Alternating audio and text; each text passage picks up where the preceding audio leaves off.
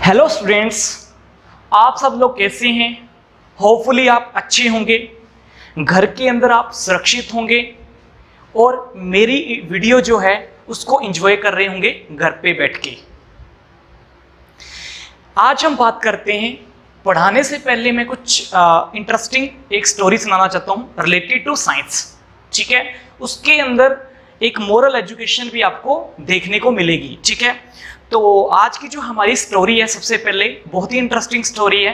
किस साइंटिस्ट के बारे में, सभी उसके बारे में जानते हैं, थॉमस एल्वा एडिसन। ठीक है, सुन रखा होगा सभी ने नाम। तो पहले आज स्टोरी शुरू करते हैं, फिर आगे आपको पढ़ाएंगे। ठीक है, थॉमस एल्वा एडिसन के बारे में। ठीक है, सभी लोग जानते हैं कि उन्होंने किसकी डिस्कवरी की थी बेटा, बल्ब की डिस्कवरी की थी। ठीक है, अब ये जो थॉमस एल्वा एडिसन है, इसकी जो बायोग्राफी थी बहुत ही ज्यादा इंटरेस्टिंग थी। अगर किसी ने सुन रखी है तो अच्छा है, अगर नहीं सुनी तो सुन सकते हैं। थॉमस एल्वा एडिसन शुरू से ही बहुत ही इंटेलिजेंट पर्सन थे। ठीक है, मतलब एक छोटा बच्चा होता है ना, उसका माइंड बहुत ज्यादा क्रिएटिव होता था, उसी तरह के ये बच्चे थे। ठीक है, बहुत ज्यादा क्रिएटिव थे, लेकिन लोग इनको मंदबुद्धि बोलते थे। ठीक है, क्यों? क्योंकि ये अजीब अजीब सी हरकतें करते थे हर बार, मतलब कुछ ना कुछ किसी चीज के बारे में खोजते रहना, ढूंढते रहना। तो ये जब 7 साल की उम्र के थे, ठीक है, तो ये अपने दोस्त के साथ खेल रहे थे। ठीक है, एक अच्छी सी घटना है, सुनो ध्यान से। ये अपने दोस्त के साथ खेल रहे थे तो उन्होंने देखा कि छोटी सी जो चिड़िया होती है वो कीड़ों को खा रही थी। ठीक है, कीड़े जो होते हैं, कीड़े मकोड़े, और उनको खा के वो उड़ रही थी। तो इसने क्या किया कि इसने सोचा माइंड के अंदर कि छोटी सी जो चिड़िया है वो कीड़े मकोड़े खा के उड़ती है, तो क्या हम भी उड़ सकते हैं कीड़े मकोड़े खा के? तो इन्होंने क्या किया, एक गिलास लिया, गिलास के अंदर कीड़ों मकोड़ों को भरा, उसके अंदर वाटर डाल दिया, उसको घोल बना दिया उसका। ठीक है, फिर अपने दोस्त को पिला दिया। तो उसने सोचा अब मैं देखता हूं कि जो मेरा दोस्त है क्या वो उड़ सकता है। इंटरेस्टिंग बात है ना। तो इन्होंने देखा कि मेरा जो दोस्त है क्या सचमुच में वो उड़ सकता है, तो वो नहीं उड़ा। बजाय उसके क्या हो गया, वो उसका दोस्त बीमार हो गया और इसी वजह से उनको काफ़ी डांट पड़ी। फिर उनका जो स्कूलिंग सिस्टम था वो शुरू हुआ। स्कूल के अंदर भी वो अजीब अजीब सी हरकतें करते थे हर बार। ठीक है, तो स्कूल वालों ने उनको मना कर दिया कि आपका बच्चा मंदबुद्धि बालक है, ये अजीब अजीब सी हरकतें करता रहता है। ठीक है, इसको हम रख नहीं सकते, आप इसको घर ले जाइए। उसकी जो मदर थी बेटा, वो बहुत ही ज़्यादा मतलब इंटेलिजेंट थी। उनकी मदर ने सोचा कि मैं इसको घर में ही रह के पढ़ाऊँ तो अच्छा रहेगा, तो उसकी मदर ने उनको घर पे रह के ही पढ़ाया। ठीक है, फिर उन्होंने क्या किया, 15 साल की उम्र में उन्होंने घर पे ही लैब बनानी स्टार्ट कर दी। ठीक है, अब घर पे लैब बनानी उन्होंने स्टार्ट कर दी 15 साल की उम्र में। जैसे जैसे अब लैब तो बनाई, छोटी सी लैब बना ली, लेकिन आपको पता है किसी चीज़ को डिस्कवरी करने के लिए पैसा चाहिए होता है। तो इन्होंने क्या किया कि पैसा कमाने के लिए इन्होंने टिकट बेचना स्टार्ट कर दिया, सब्जी बेचना स्टार्ट कर दिया। तो दिन भर सारा काम करते रहते। ठीक है, फिर ये क्या करने लगे, रेलवे के अंदर काम करने लगे। ठीक है, धीरे धीरे। ठीक है, जब ये रेलवे के अंदर काम करने लगे तो रेलवे के अंदर भी क्या करते थे, डिब्बों के अंदर जा जाके ये टिकट, सब्जी या कुछ भी जो चीज़ होती है वो बेचा करते थे। और वहीं पे अपना ये क्या किया करते थे बेटा, एक काम किया करते थे कि वहीं पे कुछ ना कुछ बनाया करते थे। मतलब रेलवे जो होता है, ठीक है, उसके अंदर इन्होंने क्या किया, धीरे धीरे वहां पे एक छोटी सी लैब बनानी स्टार्ट कर दी। ठीक है, फिर रेलवे के डिब्बे के अंदर ही ये कुछ ना कुछ इंस्ट्रूमेंट या कुछ ना कुछ चीजें किया करते थे। तो लोग इनको क्या कहा करते कि ये क्या कर रहा है, ये तो मंदबुद्धि बालक है, पता नहीं क्या करता रहता है सारा दिन। ठीक है, तो रेलवे डिपार्टमेंट वाले भी इसको कुछ अलग तरह से देखने लग गए। ठीक है, लेकिन ये हमेशा कुछ ना कुछ किया करते थे। लेकिन एक ऐसा हुआ, इन्होंने बल्ब बनाना जब स्टार्ट किया, सबसे अच्छी बात यहाँ पे आती है कि जब इन्होंने बल्ब बनाना स्टार्ट किया तो एक बार नहीं बना, 2 बार नहीं बना, कम से कम 1000 बार इन्होंने ट्राई किया। ठीक है, लेकिन फिर भी नहीं बना। ठीक है, फिर उसके बाद जब ट्राई किया तो बल्ब बना। ठीक है, पहला बल्ब जब इन्होंने बनाया तो वो 24 घंटे जला, दूसरा बल्ब जब इन्होंने बनाया 40 घंटे जला। फिर उन्होंने क्या किया, अपने घर के बाहर लाइटें लगा दी। ठीक है, दूर दूर से लोग देखने के लिए आ गए ये क्या है, क्योंकि बल्ब पहली बार बना था, रोशनी रात को पहली बार हो रही थी, तो दूर दूर से लोग देखने के लिए आ गए। ठीक है, कि ये कैसे बना। तो देखो इससे हमें क्या सीख मिलती है कि उन्होंने कितनी बार ट्राई किया बेटा, 1000 बार ट्राई किया। कोई कर सकता है क्या इतनी बार? आपको मैं अगर छोटी सी बात कह दूं कि बेटा ये कार्बोनेट्स का स्ट्रक्चर है, इसकी आपने ये रूल याद करने हैं, ये आपने पढ़ना है, ये आप पढ़ना है, ये आपने पढ़ना है, मैं आपको समझा देता हूँ, ठीक है, फिर आपके माइंड में चला जाता है, फिर भी आप कहते हो सर समझ में ही नहीं आया। अरे समझ में तब आएगा ना जब आप खुद उसके ऊपर फोकस करोगे, ठीक है। एक बार समझ में नहीं आया, दूसरी बार पढ़ो, दूसरी बार समझ में नहीं आया, तीसरी बार पढ़ो, चौथी बार पढ़ो। जब तक आपको समझ में नहीं आता आप उसको पढ़ते रहिए, बार बार पढ़ते रहिए। जैसे थॉमसन ने किया, एक बार नहीं हुआ तो उसने 1000 बार किया उस चीज को, और 1000 बार के बाद बल्ब बनाया। अगर मान लो कि वो एक बार के बाद ही थक जाता तो क्या आज हम रोशनी ले पाते? नहीं ले पाते। तो इससे ये सीख मिलती है कि हमें बार बार ट्राई करते रहना चाहिए। ऐसे उन्होंने कम से कम 100 से ऊपर डिस्कवरी की बेटा, जैसे माइक्रोफोन होता है, टेलीग्राम होता है, ऐसे कुछ इंस्ट्रूमेंट उन्होंने बनाए, ठीक है। लेकिन ज़्यादा फेमस क्या था हमारे पास बेटा? बल्ब की डिस्कवरी थी। और बल्ब की डिस्कवरी जो थी इतनी फेमस क्यों थी? क्योंकि उन्होंने उसके ऊपर 1000 बार ट्राई किया था, इसलिए ये ज़्यादा फेमस थी। तो इससे यही सीख मिलती है कि आपको बार बार किसी चीज़ को अगर नहीं आता तो उसको बार बार उसके ऊपर ट्राई करते रहना चाहिए। एक टाइम ऐसा आएगा कि जब आपको वो चीज़ आने लग जाएगी। ओके, तो ये था थॉमसन एल्वा एडिसन। अब लास्ट इंटरेस्टिंग बात ये है कि जब इनका 1931 को जब ये डेड हुए, ठीक है, तो पूरे अमेरिका की लाइट बंद कर दी गई थी इनके ऑनर में, इनके रिस्पेक्ट में, ठीक है। तो इनके रिस्पेक्ट में पूरे अमेरिका की लाइट बंद कर दी थी एक दिन के लिए, इनके रिस्पेक्ट में। कितनी बड़ी बात है, ठीक है। तो हम भी कुछ ऐसा करें कि हमारे घर वालों को, हमारी फैमिली को ना हो, तो आप भी कुछ ऐसा करें, ठीक है। तो हम शुरू करते हैं, चलो आगे आज शुरू करते हैं कार्बन एंड इट्स कंपाउंड के बारे में। नेक्स्ट जो टॉपिक है इसके अंदर वो हमारे पास कौन सा है बेटा? कंप्रेस नेचुरल गैस, ठीक है। कंप्रेस नेचुरल गैस के बारे में 1 बाय 1 हम डिस्कस करने वाले हैं। ओके, तो चलिए शुरू करते हैं। आज का फर्स्ट टॉपिक हमारे पास compress natural gas. Compress natural gas जो है उसका अगर शॉर्ट फॉर्म देखा जाए तो वो हमारे पास क्या होता है बेटा? CNG। ओके, तो CNG के बारे में पढ़ते हैं, ठीक है। सबसे पहले देखो, अगर CNG को देखा जाए तो मेनली हमारे पास ये जो है इसके अंदर क्या कंटेन होता है? मीथेन कंटेन होता है। ओके, तो मेनली जो CNG है उसके अंदर क्या होता है? मीथेन कंटेन होता है, प्लस हाइड्रोकार्बन्स कंटेन होते हैं, ठीक है। तो मीथेन से मिलकर बनी है इस टाइप की गैस, प्लस हाइड्रोकार्बन कंटेन होते हैं इसके अंदर, ये याद रख लेना आपने। ओके, उसके बाद इसके अंदर आपने याद रख लेना है कि हमारे पास कार्बन की जो परसेंटेज है वो बहुत ही ज़्यादा कम होती है, ठीक है। तो कार्बन की जो परसेंटेज है हमारे पास बेटा वो बहुत ही ज़्यादा लेस होती है, ठीक है। कार्बन की अगर परसेंटेज लेस होगी तो क्या हमारे पास जो कार्बन डाइऑक्साइड बनेगी क्या वो ज़्यादा बनेगी या कम बनेगी? कार्बन डाइऑक्साइड कम बनेगी, ठीक है। कार्बन की क्वांटिटी कम होने की वजह से कार्बन डाइऑक्साइड कम बनेगी, कार्बन मोनोऑक्साइड भी कम बनेगी। तो इसका मीनिंग पॉल्यूशन क्या होगा? कम फैलेगा, ठीक है। ये जो पेट्रोलियम सब्सटेंस होते हैं लाइक पेट्रोल, डीजल, इसके अंदर कार्बन की क्वांटिटी ज़्यादा होती है, ये कार्बन डाइऑक्साइड या कार्बन मोनोऑक्साइड ज़्यादा प्रोड्यूस करते हैं, ठीक है। लेकिन यहाँ पे अपोजिट है बिल्कुल बेटा, यहाँ पे कार्बन की परसेंटेज जो है वो लेस है, जिसकी वजह से carbon dioxide plus carbon monoxide अच्छे से प्रोड्यूस नहीं होंगी। अगर ये अच्छे से प्रोड्यूस नहीं होंगी तो हमारे पास इन्वायरमेंट के अंदर क्या होगा?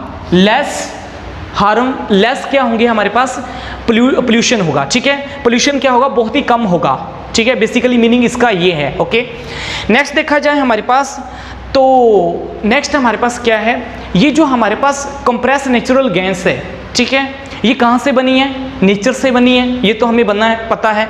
लेकिन एक्चुअल में जो ये नेचुरल गैस है ये कहाँ से मिलती है? हमें नीचे डेप्थ से मिलती है, सी से निकालते हैं हम इसे, ठीक है, under high temperature and high pressure, यही होता है हमारे पास, ठीक है। तो नेचुरल गैस को जो जब हम ऑब्टेन करते हैं बेटा तो कहाँ से ऑब्टेन करते हैं? क्योंकि पेट्रोलियम जो सब्सटेंस होता है, जैसे मान लो कि पेट्रोलियम सब्सटेंस यहाँ पे प्रेजेंट है, ठीक है, पेट्रोलियम सब्सटेंस सी के अंदर यहाँ पे प्रेजेंट है, ओके। और इसका जो अपर पार्ट होता है उसके अंदर क्या होती है बेटा, नेचुरल गैस प्रेजेंट होती है, ठीक है। और यहाँ से हम नेचुरल गैस को क्या करते हैं, ऑब्टेन करते हैं, ठीक है। जब पेट्रोलियम की माइनिंग करते हैं, पेट्रोलियम सब्सटेंस की, तब भी हमारे पास क्या होता है, हमें नेचुरल गैस ऑब्टेन होती है, ठीक है। तो पेट्रोलियम सब्सटेंस से हमें क्या मिलती है बेटा, नेचुरल गैस हमें मिलती है, ओके। उसके बाद हम बात करते हैं जो सीएनजी होता है, सीएनजी जो होता है हमारे पास, वो हमें कैसे ऑब्टेन होता है, क्योंकि अंडर हाई टेम्परेचर और हाई प्रेशर हम इस टाइप की गैस को क्या करते हैं बेटा, ऑब्टेन करते हैं, ठीक है, सीएनजी गैस को। उसके बाद हम बात करते हैं कि सीएनजी और जो एलपीजी गैस होती है, एलपीजी कौन सी होती है, लिक्विफाइड पेट्रोलियम गैस, ठीक है। सीएनजी क्या होती है, कंप्रेस नेचुरल गैस। अब सीएनजी और एलपीजी में डिफरेंस क्या होता है, तो एलपीजी के बारे में सुनो सबसे पहले। एलपीजी जो होती है हमारे पास इस टाइप की गैस होती है जिसको हम पेट्रोलियम सब्सटेंस से बनाते हैं। ये जो गैस होती है वो डिफरेंट कंपाउंड से मिलकर बनती है। अब इसके अंदर क्या होता है, जब हम उस गैस को कंप्रेस करते हैं तो वो जो गैस है वो लिक्विड की फॉर्म में चेंज हो जाती है, इसलिए इस गैस को क्या बोलते हैं, लिक्विफाइड पेट्रोलियम गैस बोलते हैं। तो ये जो गैस है हमारे पास पेट्रोलियम लाइक सब्सटेंस से ऑब्टेन हुई है, ठीक है, एलपीजी गैस, ठीक है। लेकिन यहाँ पे क्या होता है, ये लिक्विड की फॉर्म में होती है, लेकिन ये सीएनजी गैस लिक्विड की फॉर्म में नहीं होती, ओके। नेक्स्ट हम बात करते हैं, ये जो हमारे पास पेट्रोलियम निकलते हैं, पेट्रोलियम सब्सटेंस निकलते हैं, जैसे पेट्रोल निकल गया, डीजल निकल गया, पेट्रोलियम गैस निकल गई, ठीक है, हमारे पास कोल ऑब्टेन हो गया, केरोसिन ऑब्टेन हुआ, वैक्स ऑब्टेन हुआ। तो ये सब किस मेथड से ऑब्टेन होते हैं हमें, तो आपने सुना होगा छोटी क्लासों के अंदर, 9th क्लास के अंदर आपने देखा होगा fractional distillation method. Fractional distillation method जो होता है उसकी हेल्प से हम क्या करते हैं, पेट्रोलियम सब्सटेंस की माइनिंग करते हैं, और उसकी हेल्प से हम क्या करते हैं बेटा, पेट्रोल को, डीजल को या वैक्स को या पेट्रोलियम गैस को अलग अलग टेम्परेचर पे बाहर निकालते हैं, उनकी प्योरीफिकेशन करते हैं, ठीक है। उसके बाद हम कंपैरिजन करेंगे किसका बेटा, सीएनजी और एलपीजी गैस का। तो सीएनजी और एलपीजी गैस का आप कंपैरिजन करो, बिल्कुल सिंपल है। सीएनजी गैस क्या होती है हमारे पास, सेफ गैस होती है, एलपीजी सेफ गैस इतनी नहीं होती, ठीक है। फिर कहेंगे सीएनजी जो है हमारे पास वो कम पोल्यूशन फैलाती है as compare to LPG gas, ठीक है। सीएनजी गैस का अगर बात करें तो इसका जो यूज़ है ट्रांसपोर्टेशन और व्हीकल के अंदर किया जाता है, क्योंकि ये क्लियर फ्यूल होता है as compare to LPG gas, okay. तो ये कुछ हमारे पास कंपैरिजन है सीएनजी और एलपीजी गैस के। उसके बाद देखा जाए इसके यूजेस क्या होते हैं सीएनजी गैस के, इसका यूज़ किया जाता है एज ए फ्यूल, ये मैंने आपको बता दिया है, ओके। सेकंड इसका यूज़ किया जाता है ट्रांसपोर्टेशन फ्यूल के लिए। ट्रांसपोर्टेशन फ्यूल क्या होता है, आजकल जो नए नए व्हीकल आ रहे हैं उसके अंदर सीएनजी गैस से वो क्या चलते हैं, नए व्हीकल चलते हैं, ठीक है। जैसे 3 व्हील्स व्हीकल जो होते हैं हमारे पास, जो हमारी सिटी के अंदर चलते हैं, तो वो किससे चलते हैं बेटा, सीएनजी गैस से चलते हैं, ओके। तो सीएनजी गैस हमारे पास ट्रांसपोर्टेशन के लिए भी सही है, क्योंकि ये क्या होता है, क्लियर फ्यूल होता है, मतलब कम पोल्यूशन फैलाता है, जिसकी वजह से इसका ज़्यादा से ज़्यादा आजकल यूज़ हो रहा है, ओके। तो ये था हमारे पास सीएनजी गैस के बारे में। नेक्स्ट हमारे पास जो टॉपिक है बिल्कुल ही आसान टॉपिक है, आपने इसको पहले भी किया हुआ है, पॉलीमर के बारे में, ठीक है। थोड़ा बहुत आपको ध्यान होगा, आपने सुना होगा कहीं पे पॉलीमर के बारे में, ठीक है। तो पॉलीमर हमारे पास क्या होता है, सुनो ध्यान से, what is the meaning of polymer. सबसे पहले इसकी डेफिनेशन देखते हैं कि पॉलीमर है क्या। When small simple molecule react to form together to form high molecular weight by long chain like molecules, these are called polymers, ठीक है। तो पॉलीमर क्या होते हैं, सुनो ध्यान से, हमारे पास छोटे छोटे सिंपल मॉलिक्यूल, मान लो ये सिंपल मॉलिक्यूल हैं, जब आपस में ये क्या होते हैं बेटा, इकट्ठे होते हैं, ठीक है। सिंपल मॉलिक्यूल आपस में क्या होते हैं बेटा, इकट्ठे होते हैं, और जब इकट्ठे होंगे तो क्या बनाएंगे, एक लॉन्ग चेन बनाएंगे, ओके। सिंपल मॉलिक्यूल जब आपस में ऐसे इकट्ठे होंगे तो क्या बनाएंगे, लॉन्ग चेन हमारे पास बनाएंगे, और इस टाइप की हमारे पास चेन को क्या बोलते हैं बेटा, पॉलीमर बोलते हैं, बस इतना याद रख लेना, ओके। तो जब स्मॉल सिंपल मॉलिक्यूल रिएक्ट करते हैं, ठीक है, रिएक्ट करने के बाद आपस में रिएक्ट करते हैं, तो यहाँ पे देखो आपस में रिएक्ट कर रहे हैं, और क्या बनाते हैं, high molecular weight. High molecular weight का मीनिंग क्या है, ए का मॉलिक्यूलर वेट क्या होगा, कम होगा। अगर मान लो कि ये आपस में जुड़ गए तो मोलिकुलर वेट भी क्या होगा, हाई होगा ना, सभी का मोलिकुलर वेट देखेंगे तो हाई मोलिकुलर वेट हो गया, ठीक है। और क्या प्रोड्यूस किया, लॉन्ग चेन लाइक मोलिक्यूल, ठीक है, लॉन्ग चेन के जैसे मोलिक्यूल हमारे पास क्या हो रहे हैं, प्रोड्यूस हो रहे हैं, और इसी को क्या बोलते हैं बेटा, पॉलीमर बोलते हैं, ठीक है। सिंपली लैंग्वेज में हमारे पास ये ही होगा, ओके। तो हमारे पास क्या हो रहा है, सिंपल मोलिक्यूल आपस में मिलके एक लंबी चेन बना रहे हैं, that is known as a polymer, okay. Next देखो, एंड इस प्रोसेस को क्या बोलते हैं, पॉलीमराइजेशन, ओके।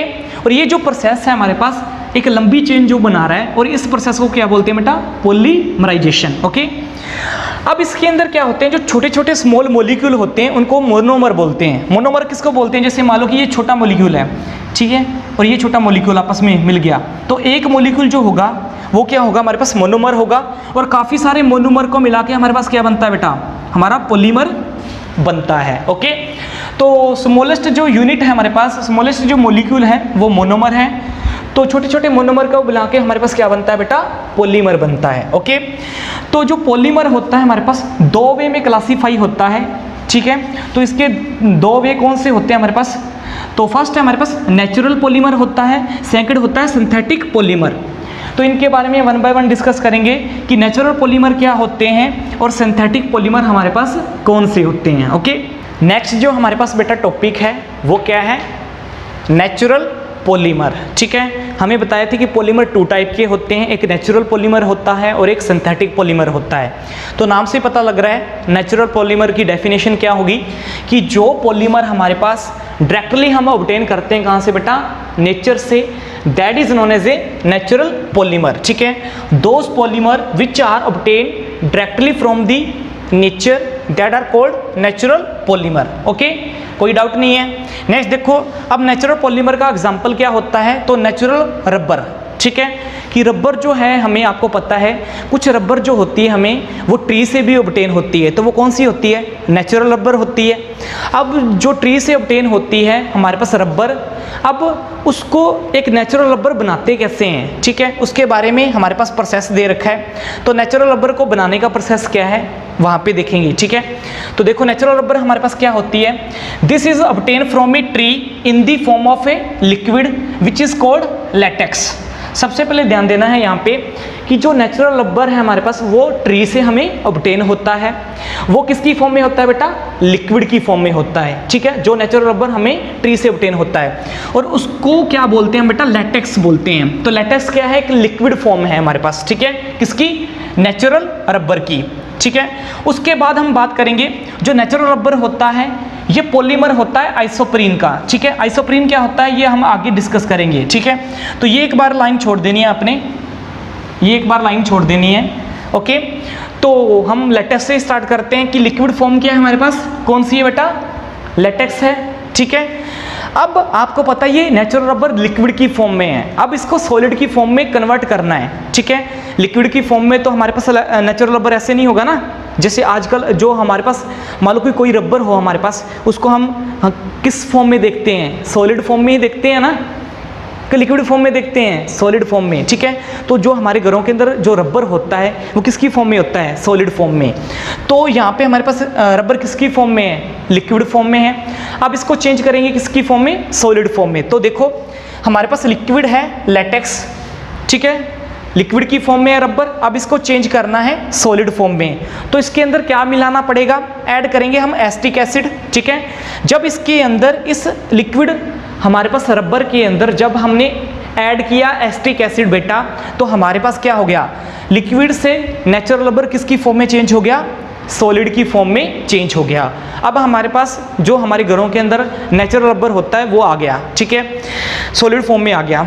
अब क्या होता है, ये जो सॉलिड फॉर्म में अब आ चुका है, अब इसके अंदर आपने देखा होगा रबर को हम खींच सकते हैं, इलास्टिक ज़्यादा होता है, लेकिन यहाँ पे जो हमारे पास रबर ऑब्टेन हुआ है सॉलिड की फॉर्म में वो क्या होता है, लो इलास्टिसिटी होती है, उसको ऐसे खींचा नहीं जा सकता, ठीक है।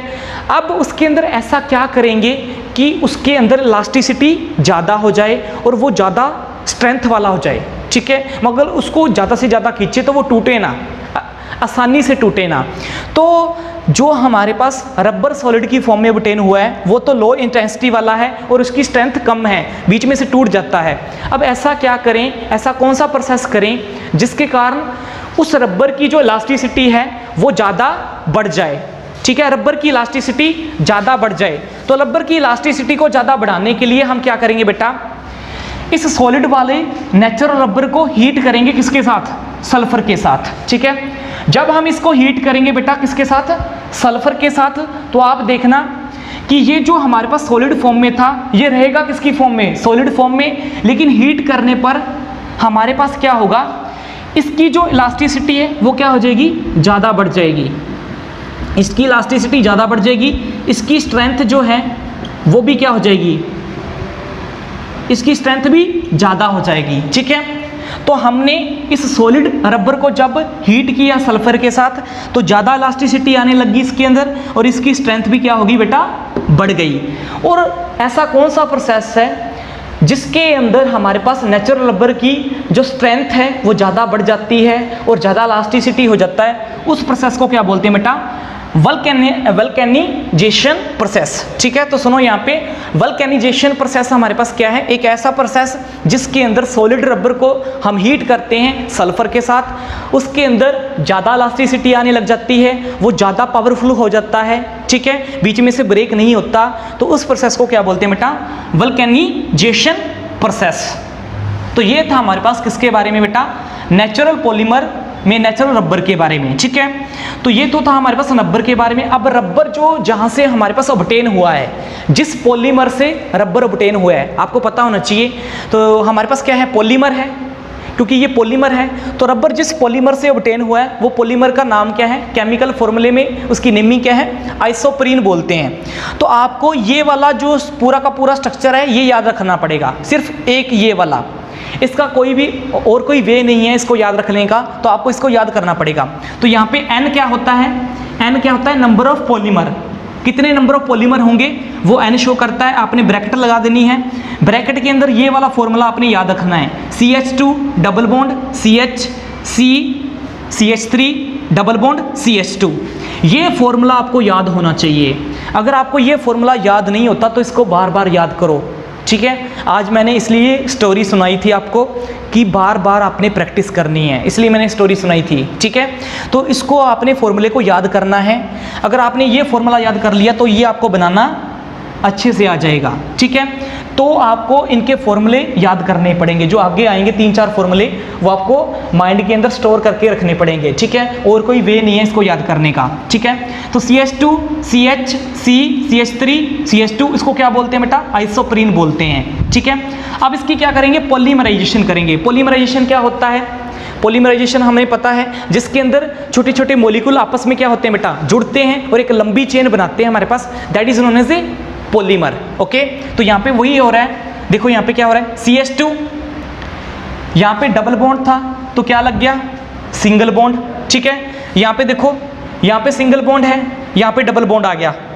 ठीक है, CH3 और CH2, यहाँ पे देखो, यहाँ पे क्या हुआ है, यहाँ पे भी डबल बॉन्ड था, यहाँ पे भी डबल बॉन्ड था, दोनों के साइड डबल बॉन्ड था, दोनों का डबल बॉन्ड क्या कर दिया बेटा, हटा दिया। ठीक है, तो दोनों का हमने यहाँ पे क्या कर दिया, डबल बॉन्ड इन दोनों का हटा दिया। ठीक है, जब डबल बॉन्ड दोनों का हटाया तो बीच में क्या लगा दिया, एक डबल बॉन्ड लगा दिया और उसके साथ क्या लगा दिया, n नंबर ऑफ। अब देखो एक बॉन्ड के कहाँ पे लगा दिया है, एक आगे इस तरफ लगा दिया है, मतलब ये क्या करेगा, आगे किसी और के साथ चेन बनाएगा। ठीक है, मतलब ऐसे नंबर ऑफ पॉलीमर आपस में क्या करेगा बेटा, नंबर ऑफ मोनोमर आपस में जोड़ेगा। तो ये हमारे पास ऐसे शो कर रहा है, तो यहाँ पे ये ऐसे भी शो करेगा। ओके, तो ये याद रख लेना, ये क्या होता है हमारे पास, इस वाला ये जो हमारे पास ये जो बॉन्ड है ये क्या शो कर रहा है कि आगे ये क्या कर रहा है बेटा, आगे नंबर ऑफ मोनोमर आपस में जोड़ रहा है। यहाँ पे भी क्या ये चीज़ क्या शो कर रही है, नंबर ऑफ मोनोमर आपस में जुड़ रहे हैं। ओके, और इसके बीच में क्या हुआ था, इसका डबल बॉन्ड हटा के यहाँ पे हमने लगा दिया और इसका डबल बॉन्ड हटा के यहाँ पे हमने लगा दिया और बीच में हमने सिर्फ डबल बॉन्ड लगाया है और कुछ नहीं किया है। तो इन दोनों का मीनिंग आपने सिर्फ याद करना है कि ये हमारे पास क्या शो करते हैं कि जो हमारे पास मोनोमर हैं, मोनोमर क्या होते हैं, मोनोमर से मिलकर पॉलीमर बनता है। तो यहाँ पे क्या हो रहा है, ये किसी अदर कार्बन एटम के साथ आगे जुड़ेगा, ये भी किसी अदर कार्बन एटम के साथ आगे जुड़ेगा, तो ये नंबर ऑफ पॉलीमर तैयार करेगा आगे जाके। ठीक है, और इसका नाम क्या रखेंगे, पॉली आइसोप्रीन। उसका सिंपल नाम क्या था, आइसोप्रीन था, और ये क्या हो गया हमारे पास बेटा, पॉली आइसोप्रीन, मतलब आगे जुड़ता जाएगा, ठीक है। और हमारे पास क्या तैयार होगी, नेचुरल रबर तैयार होगी। तो दोबारा से सुन लो एक बार, ये आइसोप्रीन वाला आपको फॉर्मूला याद रख लेना है, ठीक है। अब इसकी पॉलीमराइजेशन करेंगे। पॉलीमराइजेशन क्या होता है, नंबर ऑफ इसके अंदर पॉलीमर जुड़ेंगे। तो पॉलीमर जोड़ने के लिए इसका डबल बॉन्ड हटा दिया और इसका डबल बॉन्ड बीच में से हमने हटा दिया। तो ये देखो, इसका डबल बॉन्ड हटा दिया, इसका डबल बॉन्ड, लेकिन बीच में हमने डबल बॉन्ड लगा दिया। अगर बीच में डबल बॉन्ड नहीं लगाएंगे तो हमारे पास क्या होगा, जो कार्बन की वैलेंसी है वो कंप्लीट नहीं होगी। तो यहाँ पे एक बॉन्ड आ गया, एक यहाँ पे बॉन्ड आ गया, ये आगे किसी और के साथ जुड़ रहा है, ये आगे किसी और के साथ जुड़ के चैन बना रहा है, और हमारे पास क्या आ गया, पॉली आइसोप्रीन आ गया। और ये इसी को क्या बोलते हैं, नेचुरल रबर बोलते हैं। ओके, नेक्स्ट देखो हमारे पास बेटा सिंथेटिक पॉलीमर, ठीक है। तो सिंथेटिक पॉलीमर हमारे पास कौन से होंगे, नाम से पता लग रहा है, ठीक है। जो मैन मेड होंगे that is called synthetic polymer. So the man made polymer are known as a synthetic polymer या आर्टिफिशियल पॉलीमर। जो हमारे द्वारा तैयार किए जाते हैं जो polymer that is known as a synthetic polymer, ठीक है। अब इसके अंदर हम बात करते हैं कि सिंथेटिक पॉलीमर हमारे पास कौन कौन से होंगे। तो सबसे पहला है जैसे सिंथेटिक फाइबर, ठीक है। हम सिंथेटिक फाइबर तैयार करते हैं। फाइबर के अंदर क्या आता है, जैसे हमारे घरों के अंदर रोप होती है, रस्सियाँ होती हैं, या हम जो कपड़ा तैयार करते हैं, ठीक है, जो क्लॉथ तैयार होते हैं, तो वो क्या होते हैं, सिंथेटिक फाइबर से ही होते हैं ना, काफ़ी सारे क्लॉथ तैयार, ठीक है। तो उसमें आता है सिंथेटिक फाइबर। तो सिंथेटिक फाइबर के अंदर एग्जाम्पल देखा जाए तो कौन से आएंगे, जैसे नायलॉन 66, टेरिलीन, रेयन, ठीक है, are main example of synthetic fibre, ठीक है। तो ये कुछ हमारे पास एग्जांपल हैं सिंथेटिक फाइबर के, जैसे नायलॉन 66 हो गया, या टेरिलीन हो गया, रेयन हो गया। रेयन क्या होता है, आर्टिफिशियल फॉर्म होती है किसकी, सिल्क की, ठीक है। नेक्स्ट हमारे पास क्या है, अगर हम बात करें इसके अंदर जो फर्स्ट है हमारे पास वो क्या है, नायलॉन 66। तो सबसे पहले बात करते हैं नायलॉन 66 है क्या, ओके, और ये कहाँ से बनता है और कैसे प्रोड्यूस होता है। तो नायलॉन 66 हमारे पास क्या है, सिंथेटिक फाइबर की फॉर्म में है। तो कैसे बनेगा, देखो यहाँ पे, it is synthesised by the condensation polymerisation of adipic acid and hexamethylene diamine, hence it is called nylon 66। तो यहाँ पे याद रख लेना है, नायलॉन 66 किससे बनेगा, हमारे पास हमारे पास ऐसे इसके अंदर क्या है बेटा, ऑर्गेनिक कंपाउंड है। जैसे ये मान लो कि एक एडिपिक एसिड है, ठीक है, और एक हमारे पास क्या है, हेक्सामिथाइलिन डायामाइन, ठीक है। अब इन दोनों को आपस में जब रिएक्ट करवाएंगे, इसको और इसको, ठीक है, दोनों को आपस में रिएक्ट करवाएंगे, ठीक है, बाय पॉलीमराइजेशन, ठीक है, प्रोसेस, तो हमारे पास क्या बनेगा बेटा, नायलॉन 66 तैयार होगा। याद रख लेना, एडिपिक एसिड के अंदर क्या होते हैं, 6 कार्बन होते हैं, और हमारे पास हेक्सामिथाइलिन डायामाइन के अंदर भी क्या होते हैं, 6 कार्बन होते हैं। इसके अंदर भी 6 कार्बन है, इसके अंदर भी 6 कार्बन है, इसलिए इसका नाम जो है नायलॉन 66 इसलिए पड़ा है, ठीक है। तो आपसे कोई पूछे नायलॉन 66 इसका जो नेमिंग है वो किस लिए है, क्योंकि 6 कार्बन एडिपिक एसिड के अंदर होते हैं और 6 कार्बन ही हमारे पास किसके अंदर होते हैं, हेक्सामिथाइलिन डायामीन के अंदर होते हैं, इसलिए इसका नेमिंग क्या है, नायलॉन 66। ओके, नेक्स्ट देखो हमारे पास बेटा नायलॉन 66 कैसे बनेगा, ठीक है। तो नायलॉन 6 कैसे बनता है उसके बारे में है, ठीक है। तो वही फॉर्मूला सबसे पहले, अब फॉर्मूले के अंदर आपको ये याद रख लेना है कि आपको कौन सा फॉर्मूला अपनी माइंड में याद रखना है और कौन सा याद नहीं रखना। तो मैंने वही चीज़, आपको एडिपिक एसिड का फॉर्मूला आना चाहिए और आपको किसका फॉर्मूला आना चाहिए, हेक्सामिथाइलिन डायामाइन, ठीक है। इन दोनों के फॉर्मूले आपको अच्छे से याद करने पड़ेंगे, ओके। एडिपिक एसिड का भी याद करना पड़ेगा और प्लस में हेक्सामिथाइलिन डायामाइन का भी याद करना पड़ेगा। उसके बाद ये आपको पता ही है, याद करने की जरूरत नहीं है, ये मैंने आपको पहले ही बता दिया था। पॉलीमराइजेशन करने के बाद ये वाला जो कंपाउंड है ये आपको याद करने की जरूरत नहीं है, ये मैं आपको सिखा दूंगा ये क्या होता है, ओके। लेकिन इससे पहले आपको ये दोनों चीज़ों के बारे में याद होना चाहिए, ठीक है। तो एडिपिक एसिड का फॉर्मूला याद करने के लिए क्या है, सुनो ध्यान से ट्रिक। एडिपिक एसिड का जब भी फॉर्मूला याद करना है तो उसके आगे क्या लगा रखा है, एन लगा रखा है, एन लगा रखा है। इस एन को छोड़ देना एक बार। एन जो है हमारे पास इधर एन क्या शो कर रहा है, नंबर ऑफ पॉलीमर, और इसमें भी एन क्या शो कर रहा है बेटा, नंबर ऑफ पॉलीमर। दोनों फॉर्मूले के अंदर एन जो शो कर रहा है वो नंबर ऑफ पॉलीमर को शो कर रहा है, ठीक है। इसको ध्यान नहीं रखना आपने, सिर्फ आपने फॉर्मूले को ध्यान में रखना है। फॉर्मूला क्या है, बिल्कुल सिंपल फॉर्मूला है, आसानी सा है। देखो एक OH इधर लगा है, एक OH इधर लगा है, ओके। फिर सी डबल ओ बॉन्ड इधर लगा है, सी डबल ओ बॉन्ड इधर लगा है, और बीच में आपको सिर्फ ये याद रखना है CH2 इसकी 4। और यहाँ पे मैंने आपको बताया था कि कार्बन 6 कहाँ पे है, एडिपिक एसिड के अंदर कार्बन 6 कहाँ पे है, 1 2 2 और 2 C और 4 C4, यहाँ पे 4 हैं, 4 और 2 6, इसमें कितने कार्बन प्रेजेंट है 6। ओके, इसलिए मैंने कहा था। तो आपको फॉर्मूला याद करने के लिए यहाँ पे क्या करना पड़ेगा बेटा, OH इधर भी है, OH इधर भी है, C डबल O और बीच में ये आपको याद करना पड़ेगा। ओके बेसिकली फिर इसका फॉर्मूला याद करना है, बिल्कुल आसान है। NH2 इधर लगा है, NH2 इधर लगा है, और बीच में क्या है, वहाँ पे CH2 उसकी 4 है और यहाँ पे CH2 इसकी 6 है। बस इतना याद करना है आपने। ओके, और कुछ नहीं याद करना। अब आपको फॉर्मूला याद हो गया हेक्सामिथाइलिन डायमाइन का, एडिपिक एसिड का। अब आपने इसकी पॉलीमराइजेशन करनी है। ठीक है, पॉलीमराइजेशन के अंदर हमारे पास क्या होता है, सुनो ध्यान से। पॉलीमराइजेशन के अंदर हमारे पास क्या होगा कि इस फॉर्मूले से सिर्फ हमने वाटर बाहर निकालना है, बाकी फॉर्मूला हमारे पास सेम रहेगा। ठीक है, तो हमने क्या कर दिया, इस फॉर्मूले से वाटर बाहर निकाल दिया।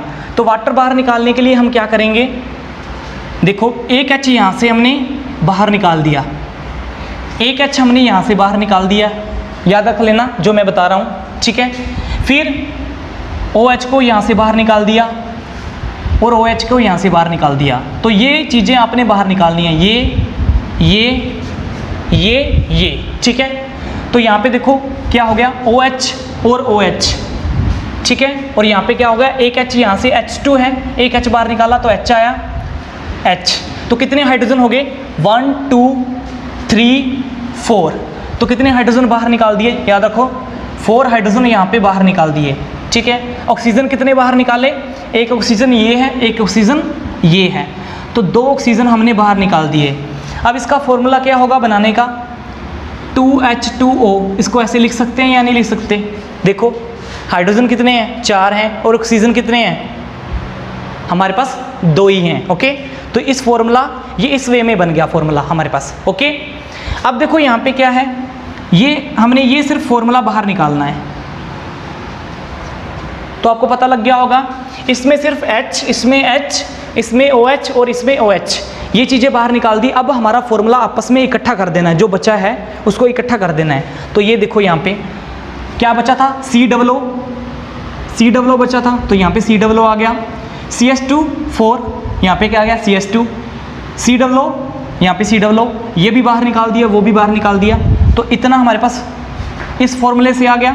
अब इस फॉर्मूले से क्या आएगा, H2 में से H बाहर निकाला था तो NH आ गया। ठीक है, फिर CH2 6, सेम यहाँ से भी क्या निकाला था, एक H बाहर निकाला था तो NH आ गया।